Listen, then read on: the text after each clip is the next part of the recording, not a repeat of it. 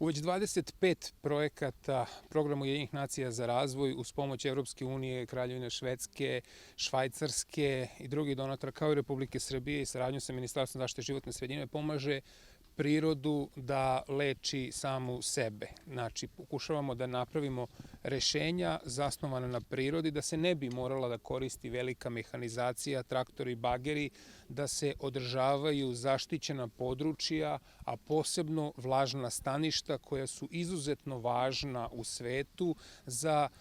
zarobljavanje, tako da kažem, hvatanje ugljen dioksida koji je osnovni gas koji doprinosi efektu staklene bašte. Kažu da 1,5% teritorije na svetu skladišti 30-35%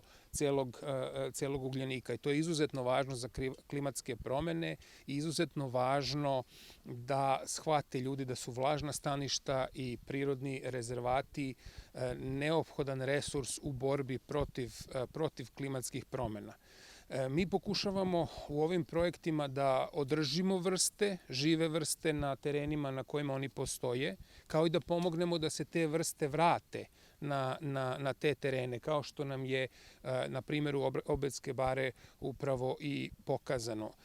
To pokušavamo da uradimo rešenjima zasnovanim na prirodi, kao što je ponovno uvođenje vodenih bivola u ove predele koji će raditi sve one poslove, sve one stvari koje bi inače morala da radi mehanizacija. Mi se nadamo da će to dovesti do povratka nekih 10% životinjskog i biljnog sveta u ovo područje i da će buduće generacije i mladih i ljudi koji dolaze ovde da vide prirodu i da vide ono što